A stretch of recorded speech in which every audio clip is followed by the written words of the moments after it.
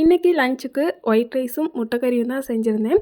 முட்டைக்கறி மத்தியானத்துக்கும் நைட்டுக்கும் சேர்த்து சாப்பிட்ற மாதிரியே கொஞ்சம் நிறைய குவான்டிட்டியிலே செஞ்சுட்டேன். லஞ்சுக்கு ஒரு குழம்பு பண்ணிவிட்டு அதுக்கப்புறமா ஹஸ்பண்ட்க்கு கொடுத்து விடணுன்னு டின்னருக்கு இன்னொரு குழம்பு பண்ணும்போது ரொம்ப கஷ்டமாக இருக்கும். அதனால தான் 2 டைமும் சேர்த்து சாப்பிட்ற மாதிரியே 2 in 1 செஞ்சுட்டேன்.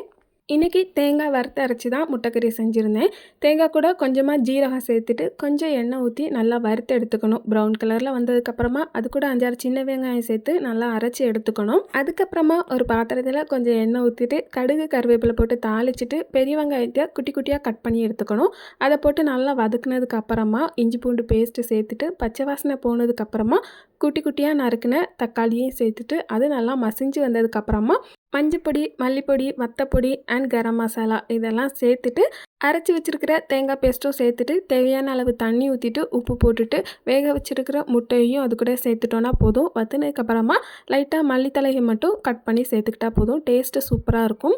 என் ஹஸ்பண்டுக்கு நைட்டு டின்னருக்கு கொடுத்து விடுறதுக்காக வீட் பரோட்டா செஞ்சு கொடுத்துட்டு அவங்களுக்கும் பாய் பாய் சொல்லிவிட்டு வீட்டுக்கு வந்தாச்சு.